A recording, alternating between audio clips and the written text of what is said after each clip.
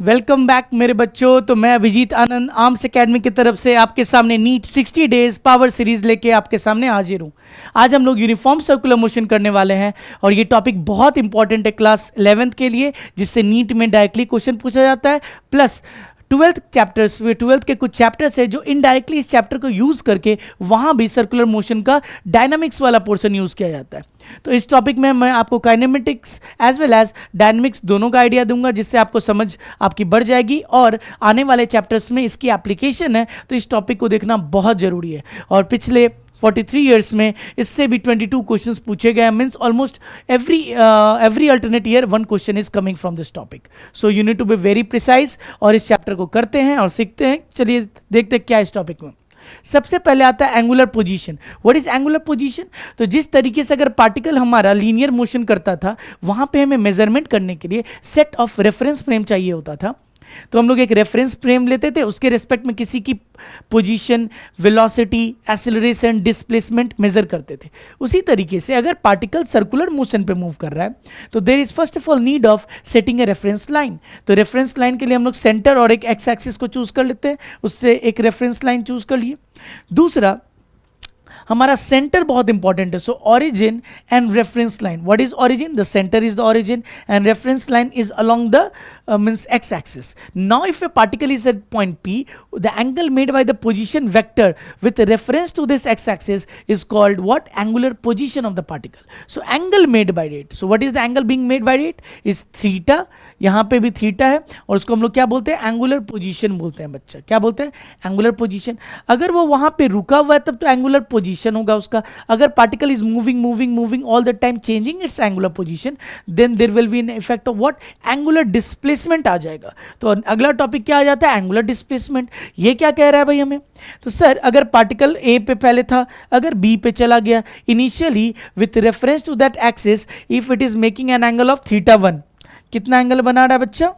मान लीजिए यहाँ पे थीटा 1 बना रहा है और यहाँ पे second position is theta 2. So angle made by the position vector at A and angle made by the position vector at B is theta 1 and theta 2.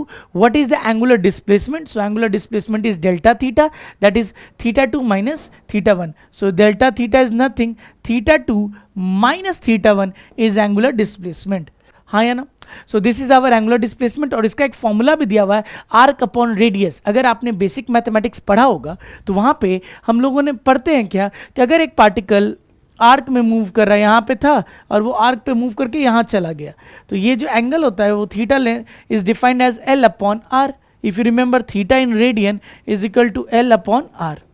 तो ये फॉर्मूला भी बहुत इंपॉर्टेंट हो जाता है आपके लिए। बातें समझ में आ रही होंगी। Now next, we know if angle is in radian it must be in terms of pi. किसके टर्म में होना चाहिए? पाई के टर्म में। And 1 pi is equal to how much? So 1 pi is equal to 180 degree. 1 pi कितने के बराबर होता है? 180 डिग्री के बराबर होता है। Sorry. Now some important points. If a particle is covering n revolutions or n rotations, n revolution हो रहा है, what is the angular displacement? It is 2n pi. Why? Sir अगर पार्टिकल यहाँ से स्टार्ट करके मूव करके यहाँ पहुँचता है, it is covering 2 pi. Suppose n rotations are happening. How many rotations? N rotations. So total angle covered is how much? Angular displacement 2n pi.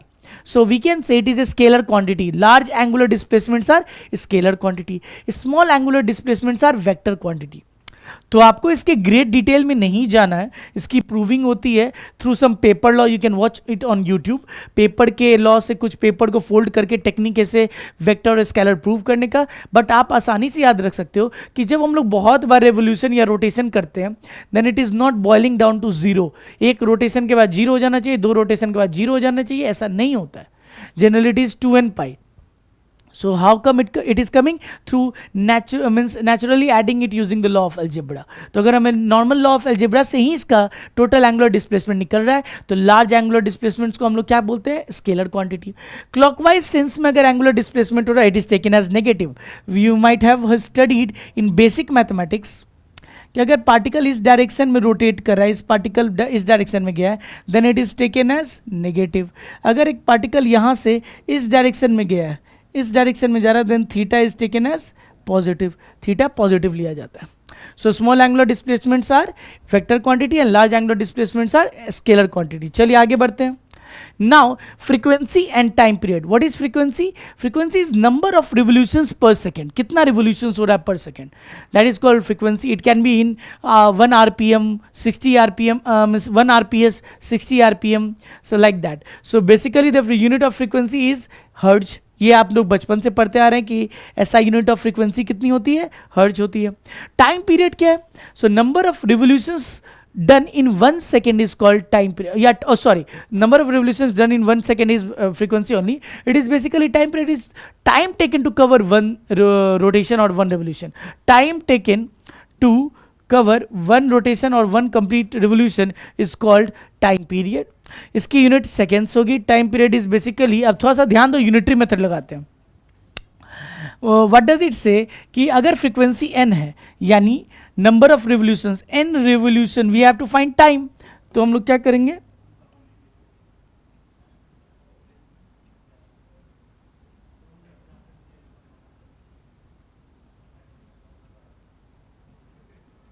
SI unit यहां क्या है, SI unit is seconds. Now what I am saying, if the frequency is n, हमको time period निकालना है. सो n rotation का time period क्या है, 1 second. So time taken to complete one rotation, so one rotation का time period क्या हो जाएगा, 1/n. So basically it is one by frequency. So it is defined as one by frequency. ये यूनिटरी मेथड से ही आता है कि n रोटेशंस को अगर कंप्लीट करने में 1 सेकेंड लग रहा है तो वन रोटेशन को कंप्लीट होने में कितना टाइम लगेगा, 1/n, that is 1/f. So what is time period, one by frequency. So time period is defined as one by frequency. उसकी SI यूनिट क्या होती है, सेकेंड. और फ्रीक्वेंसी की, और हम लोग लिख सकते हैं फ्रीक्वेंसी की कितनी हो जाएगी, और सेकेंड इनवर्स. चलिए नेक्स्ट देखते हैं. क्वेश्चन हमारे सामने आ चुकी है, इस क्वेश्चन को सॉल्व करते क्या कह रहा है. A student runs 30 metre round a circular track. एक सर्कुलर ट्रैक पे एक स्टूडेंट दौड़ रहा है, रन कर रहा है. मीन्स यहां से उठ के वो ऐसे यहां तक गया है. मान लीजिए वो बोला 30 metre. It has travelled on the circular track with a diameter of 100 metre. So arc length कितना है बच्चा, arc length is how much. If I read the question, we are getting a value of arc length as 30 metre. What is the radius, radius is equal to 50 metre. Therefore angular displacement कितना हो जाएगा, delta theta. Sir arc length divided by radius, it is 30/50, so it is 3/5 rad. 3/5, that is 0.6 rad.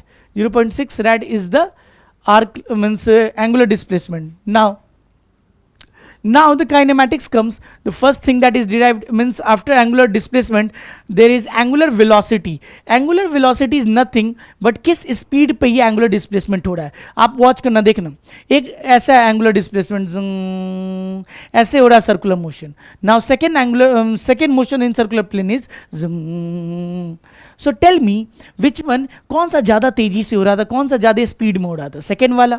So second वाले की क्या ज़्यादा होगी, angular velocity ज़्यादा होगी. How can you differentiate between two circular motion using N angular velocity.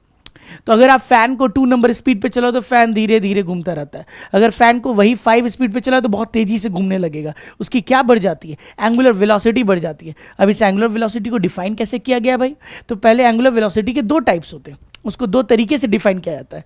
एक angular velocity, average angular velocity, एक instantaneous angular velocity. Sir ये तो चीज़ हमने वेलोसिटी में भी देखा था जब काइनेमैटिक्स पढ़ रहे थे, वी एवरेज, वी इंस्टेंटेनियस. उसी तरीके का यहाँ भी है.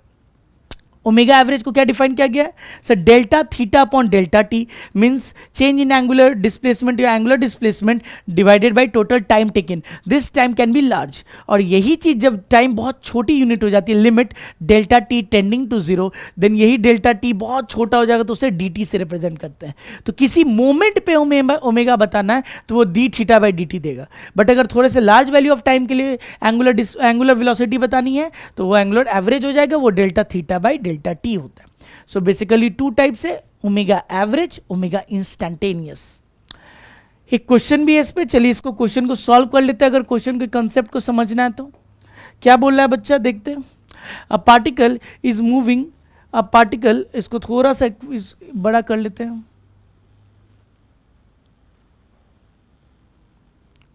आई होप अब आपको दिख रहा होगा।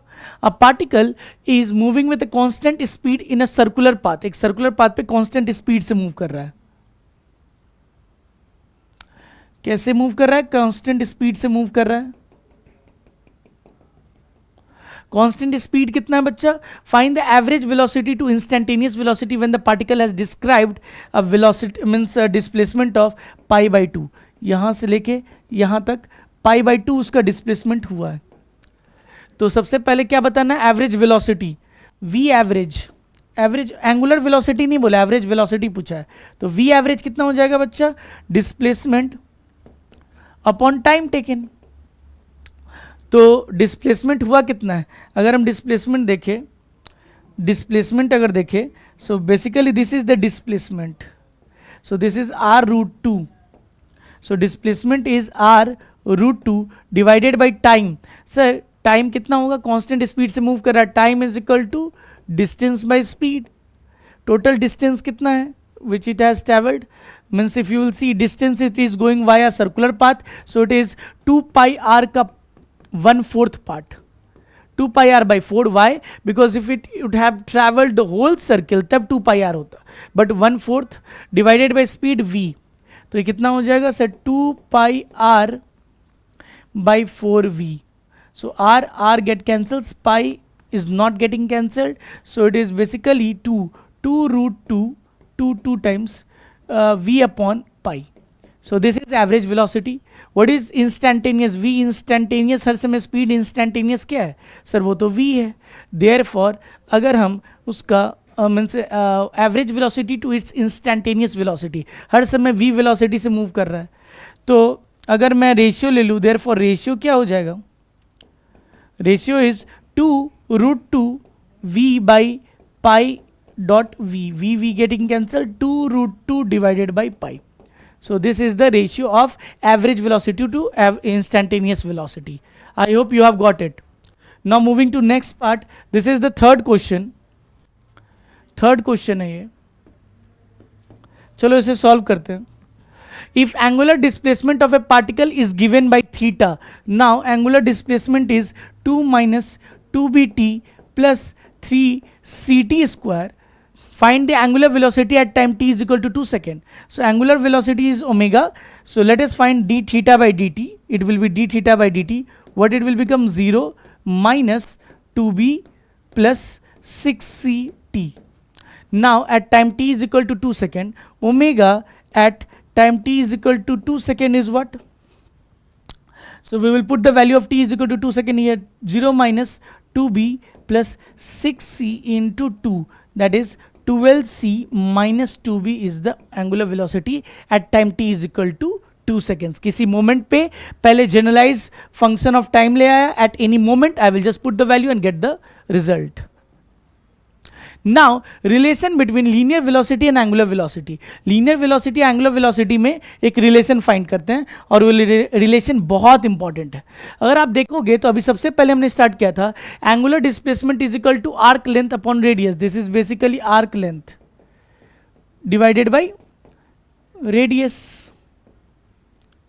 नाउ उसी से हम आर्क डेल्टा डिस्प्लेसमेंट क्या लिख सकते हैं, आर्क लेंथ क्या लिख सकते हैं, R into theta. Now dividing both the sides with respect to time, so delta S by delta T, that is velocity means rate of change of means this is displacement by time taken, is equal to R into D theta by D T. Sir D S by D T is equal to R D theta by D T. If T is delta t is tending to 0, then delta t will become dt. ds by dt is equal to r d theta by dt. Now this is called velocity. Velocity is ds by dt and omega is d theta by dt. Yes or no? Tell me. So v is equal to r omega. So in vector form, v is equal to omega cross r. Remember this thing. V is equal to omega cross r. And in a scalar form, we generally say, हम लोग बोलते हैं v is equal to r omega. In a scalar form, we say v is equal to r omega. In vector form, we say v is equal to omega cross r. We say v is equal to omega cross r. I hope you might have got these two results. Is very important for your NEET examination. Very important. Direct question पूछा जा सकता है या indirect way में इस topic से question पूछा जा सकता है. चलिए आगे बढ़ते हैं. Now angular acylation. सर जिस तरीके से एंगुलर वेलोसिटी है, अरे एंगुलर वेलोसिटी में चेंज आएगा तो वो कौन लाएगा? एसिलेशन नहीं लाएगा. सो एंगुलर एसिलरेशन भी होता है. अब एंगुलर एसिलेशन कितने प्रकार के होते हैं भाई? तो चलिए देखते हैं. एंगुलर एसिलेशन जनरली हम लोग बताते हैं एंगुलर एसिलेशन दो प्रकार के होते हैं, angular average and instantaneous angular velocity. Same तरीके से एंगुलर एवरेज क्या हो जाएगा? Angular acceleration that is delta omega by delta T. और यहाँ पे क्या हो जाएगा? Angular acceleration instantaneous D theta by D T. तो ये भी बहुत ईजी है, सिंपल ओमेगा के तरीके पे, कुछ नया नहीं है. What are the important results what we can see? Important points, let us see this important points. चलिए देखते हैं. सबसे पहले यूनिट, अगर मैं थोड़ा इसको सीधा कर लूं,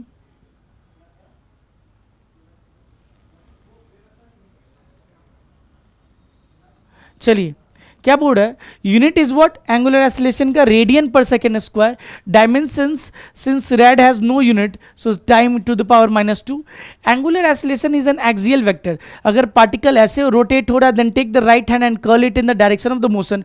direction of the thumb will give you the direction of the omega. अगर पार्टिकल ऐसे घूम रहा है, you take your finger hand and curl it in that direction, the direction of thumb gives you omega. If omega is increasing, then just curl the direction of fingers in the direction of omega. This will give you the direction of the angular oscillation. Yes or no?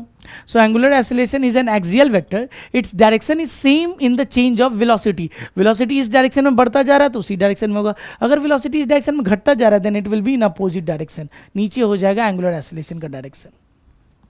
If alpha is 0, अगर angular acceleration है ही नहीं, means omega constant रहेगा. एक constant omega से वो particle घूमता रहेगा. Then circular motion is called uniform circular motion. एक ही स्पीड से, एक ही ओमेगा से जब पार्टिकल घूमता रहता है, then it is called uniform circular motion. Alpha अगर 0 नहीं है, then circular motion is said to be non uniform. क्या बोला जाता है इसे बच्चा? नॉन यूनिफॉर्म बोला जाता है. Direction of angular velocity, angular acceleration is same. Then अगर एसिलरेशन एंड वेलोसिटी का डायरेक्शन सेम होता है, स्पीड बढ़ता है, वही चीज लिखा होगा, magnitude of angular velocity will increase. अगर मेरा वेलोसिटी इधर है और एसिलेशन पीछे की तरफ है तो वेलोसिटी घटेगा. उसी तरीके से अगर angular velocity and angular acceleration का डायरेक्शन अपोजिट है तो एंगुलर वेलोसिटी घटेगा, magnitude of angular velocity will decrease. Simple सी बात. ये ब्रेकिंग वाली कंडीशन है, गाड़ी चला रहे हैं आप, सामने की तरफ ब्रेक लगा रहे हैं, देन स्पीड घटती जाती है, एसिलेशन पीछे की तरफ होता है. Now one question, let us solve this question number 4. A particle is moving on a circular path of radius 5. Radius is 5.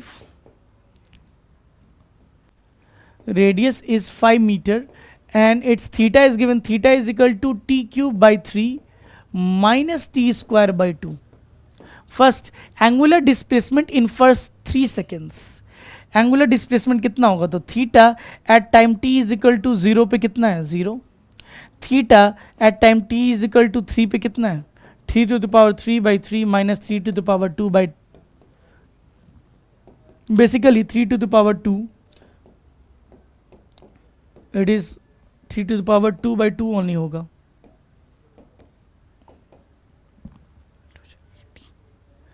18 minus 9 upon 2.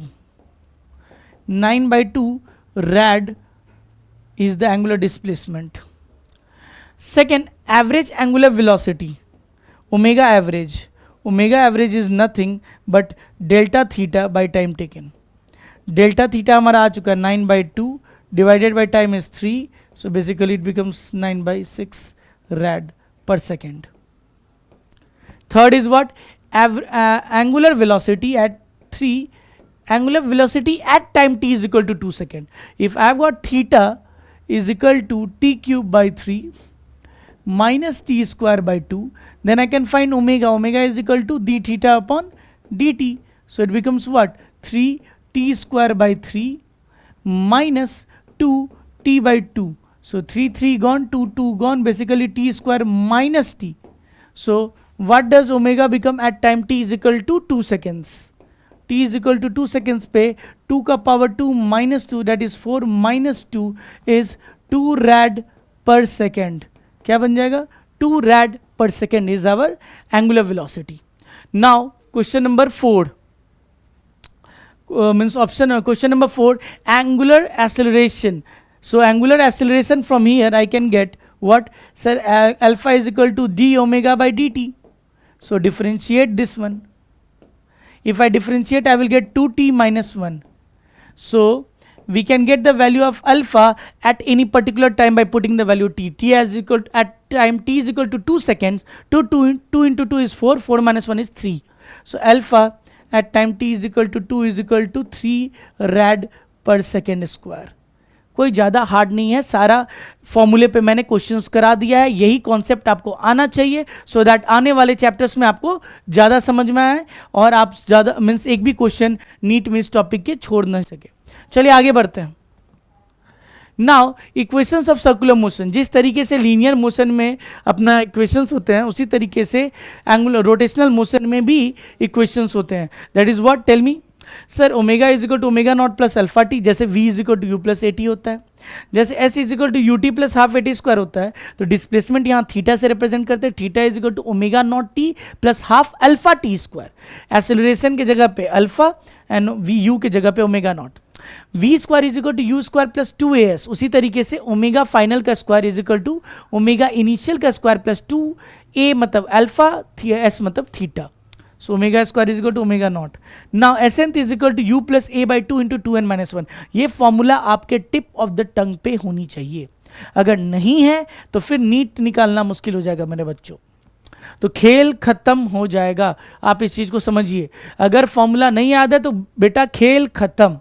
तो उस खेल खत्म को खत्म नहीं करना है, खेल को शुरुआत करके अंजाम पे पहुंचाना है. चलिए देखिए थीटा nth क्या हो जाएगा. सर u है तो omega naught plus alpha by 2 into 2n minus 1.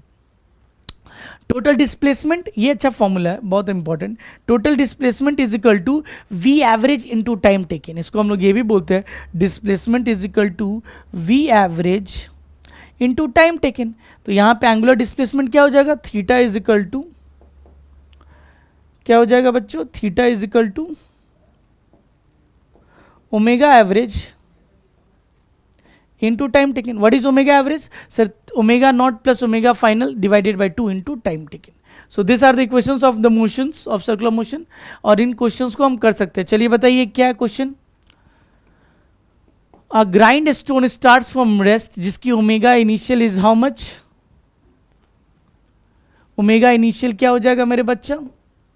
0. Has a constant angular acceleration. Alpha is given, that is 4 rad per second square. The angular displacement and the angular velocity after 4 seconds. Angular displacement theta after 4 seconds will be what?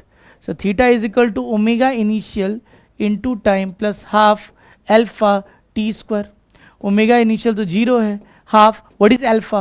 4. How much time they are asking? After how much time? 4 seconds. 4 square. So 4 just 16 into 2. 32 rad is the angular displacement. What it is asking? Angular velocity. Omega final is equal to omega initial plus alpha t.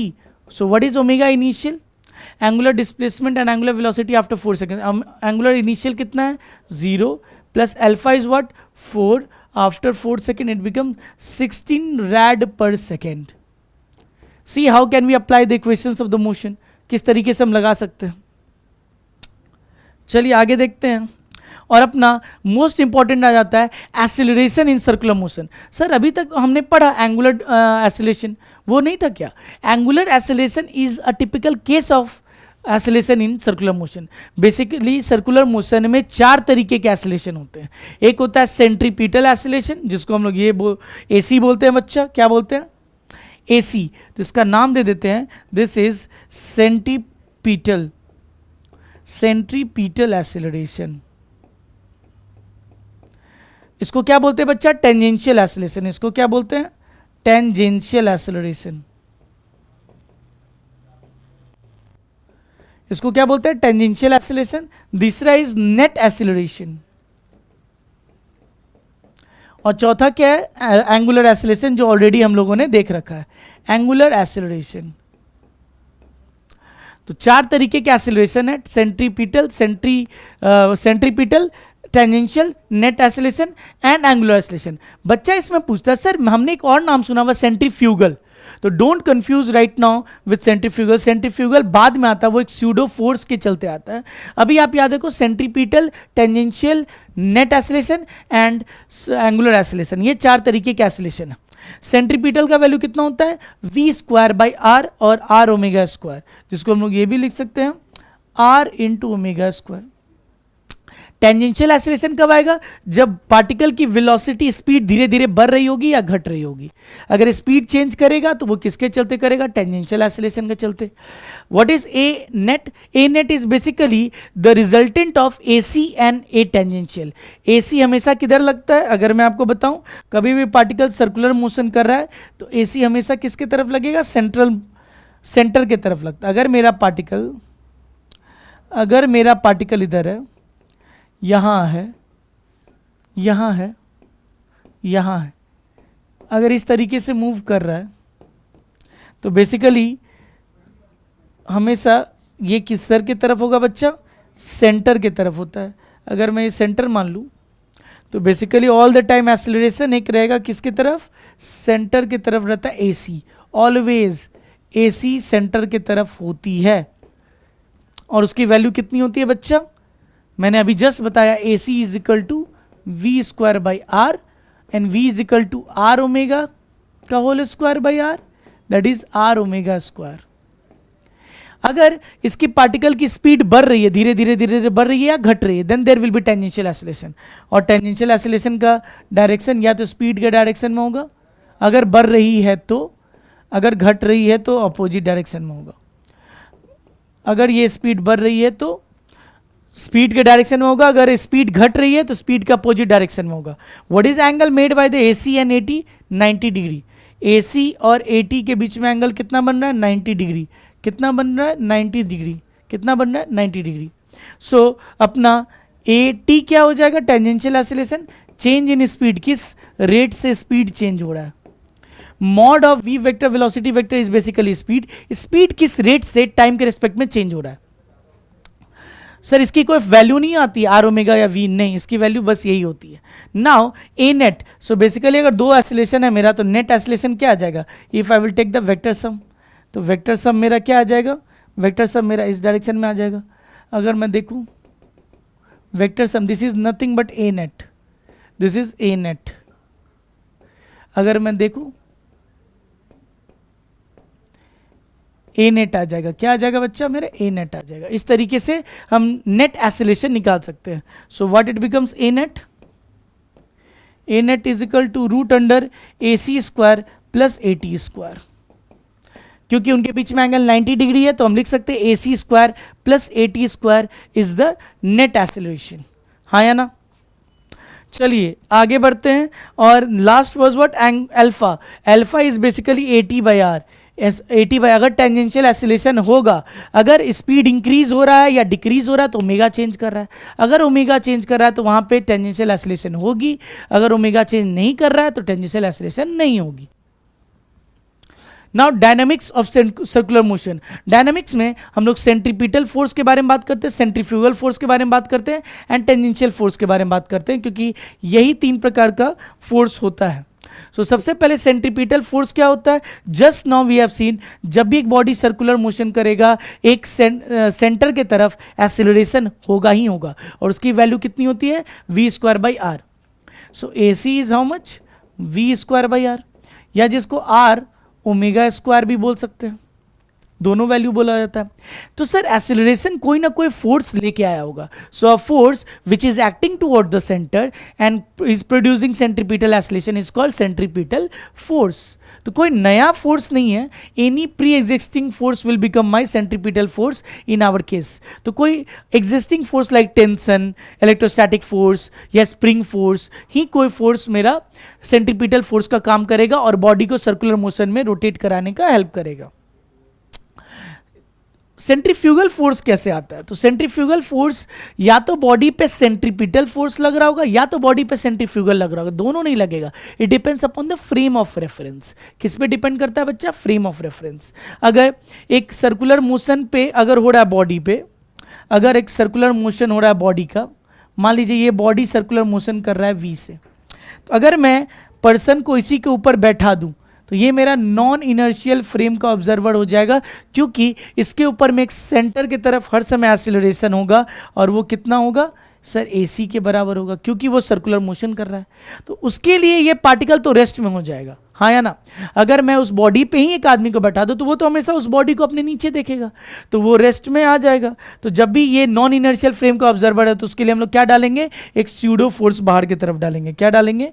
एक pseudo force बाहर की तरफ डालेंगे, that is mass of the object जो rotate हो रहा है into acceleration of the observer AC। तो basically this is the centrifugal force. इस समय सेंट्रीपिटल फोर्स ऑब्जेक्ट पे नहीं दिखाया जाता, वो मैंने जो ग्रीन पेन से दिखाया है that is the acceleration on the observer. तो इसको हम लोग स्यूडो फोर्स कहते हैं। ये आपको न्यूटन लॉ ऑफ मोशन में पढ़ना होता है। This is basically nothing but pseudo force. तो या तो एक समय आप बॉडी पे बाहर की तरफ फोर्स दिखाओगे या तो एक समय बॉडी पे अंदर की तरफ फोर्स दिखाओगे AC। मान लो इसी बॉडी को अगर यहां पे खड़ा कोई इंसान देख रहा होता, इनर्शियल फ्रेम का ऑब्जर्वर देख रहा होता, क्योंकि ये ग्राउंड पे खड़ा है, ही इज नॉट मूविंग, तब वो क्या दिखाता? तब वो कुछ नहीं दिखाता, वो अंदर की तरफ फोर्स दिखाता। बट इसी बॉडी को अगर हम फिर से ड्रॉ करें इस इनर्शियल फ्रेम के लिए, तो इस बॉडी को उस पर कौन सा फोर्स वो दिखाता सर? वो अंदर की तरफ दिखाता कि एक M इंटू AC लग रहा है, मास इंटू एक्सेलरेशन लग रहा है। किधर की तरफ? सेंटर की तरफ। सो इनर्शियल फ्रेम के लिए अंदर की तरफ होता है, नॉन इनर्शियल फ्रेम के लिए बाहर की तरफ फोर्स होता है। I have shown it through zigzag line, why? Because it is a pseudo force. Real में नहीं होता है, फील होता है ऐसे बॉडीज को जो खुद एक्सेलरेशन में उनको फील होता है। तो centripetal is always directed toward the centre, centrifugal force is always directed towards away from the centre. दोनों की वैल्यू सेम होती है, are the really exact same force but in opposite direction because they are experienced from different frame of reference। different frame of reference कौन होते हैं बच्चे? तो एक इनर्शियल फ्रेम होता है, एक नॉन इनर्शियल फ्रेम होता है। नॉन इनर्शियल फ्रेम वाले को ऑब्जर्व होगा pseudo force, that is centrifugal force. Now चलिए क्वेश्चन आ गया हमारे सामने, PYQs करते हैं, तब ज्यादा मजा आएगा कि दिस देख के फील होगा कि सर कैसे क्वेश्चंस पूछे जाते हैं इस टॉपिक से। सो सबसे पहला है, a particle moving with uniform speed in a circular path maintains what? Same speed से मूव कर रहा है। Constant velocity? No, it's velocity direction is changing. No. Constant acceleration? No, acceleration भी हर समय चेंज कर रहा है। अगर आप देखोगे तो एक समय पार्टिकल अगर यहाँ है तो एक्सेलरेशन का भी डायरेक्शन बदलता जा रहा है, सेंट्रीपिटल एक्सेलरेशन का direction. Constant velocity but varying acceleration? No, varying velocity and constant. तो क्या मेंटेन करता है बच्चा? वो कांस्टेंट वेलोसिटी होती है क्या? No. Constant acceleration in terms of direction अगर बात करेंगे? No. Varying velocity and varying acceleration, option number D. Sir direction of velocity भी चेंज कर रही होती है और एक्सेलरेशन भी चेंज कर रहा होता है हर मोमेंट पे। A particle is executing uniform circular motion with a velocity v vector and acceleration a vector. Which of the following is true? V is constant, A is constant. Sir, V is not constant. यहाँ पे ये क्या हो जाएगा? V is not constant but A is constant. Sir दोनों non constant है क्योंकि दोनों का डायरेक्शन चेंज कर रहा है। If direction is also changing then we can say sir vector is changing. अगर डायरेक्शन भी चेंज हो जाए तब वेक्टर तो चेंज हो ही जाएगा। Next, the angular speed of a flywheel moving with a uniform angular acceleration changes from इतने ओमेगा टू इतना इन 16। एंगुलर एक्सेलरेशन है कितना? सो ओमेगा इनिशियल क्या दिया हुआ है? 1200 RPM रिवोल्यूशंस पर मिनट। ओमेगा फाइनल क्या दिया हुआ है? 3120 RPM रिवोल्यूशंस पर minute. So can you see what is the delta omega? Sir, 3120 minus 1200, that is 1920 RPM, revolutions per minute in 16 seconds. The angular acceleration है कितना? Sir, acceleration क्या होता है angular acceleration? By delta t, that is 1920 revolution. If I convert revolution into means angle, then it is 2 pi per minute. 1 minute is equal to 60 seconds. Now it has been covered in 16 seconds as well. So this is basically the value of omega. तो ये क्या हो जाएगा बच्चा? 660 cancel, sir 2 6 3 जा 18 2 32 16 2 ja.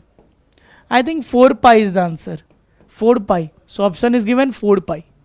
So it has been directly asked on the formula. You can see कितने easy questions पूछे गए हैं डायरेक्ट नीट PYQs में. Now next question. चलिए इसको सॉल्व करते हैं.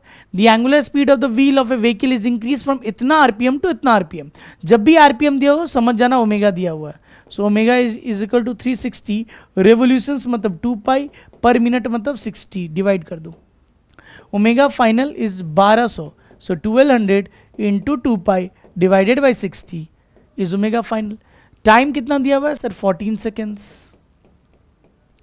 So what it is asking? Alpha. Alpha is equal to omega final minus omega initial by delta theta. So if I calculate 006 12 pi 6020 40 pi. So 40 pi minus 12 pi is 28 pi divided by 14. I think it is getting cancelled to 2 pi rad per second square. 2 pi, yeah, 2 pi is coming. Yes or no? Now last question. A car is, runs at a constant speed on a circular track of radius 100 meter, taking itna seconds in every circular loop. Average velocity, so V average is equal to what? So V average is equal to total displacement upon time taken. Total displacement when the car will run from one car, if car runs for one loop, the net average displacement is 0 divided by anything time, so it becomes 0. V average is 0, V average is no wrong, V average is 10 no wrong, V average is 0. या this option और this option दोनों में से कोई एक होगा. Now V average is speed, V average is speed, speed average is what? Total distance by total time taken. Total distance is 2 pi r divided by what is the time taken?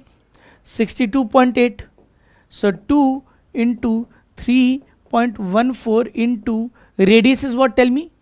100. Diameter radius is 100 by 62.8. So it is basically 3. It will become 220 times 25 ja. So basically it is 10. So it is 10 0 10. So option number 1 0 10 meter per second. See what kind of easy questions have been asked in uniform circular motion. So please practice this topic and make sure your 4 marks is guaranteed. Till then keep watching the videos on Arms Academy or please press the bell notification icon so that you can get all the videos regarding our Arms Academy on the 60 days NEET Power Series. Till then take care, bye bye, अपना ख्याल रखिए, मन लगा के पढ़ते रहिए.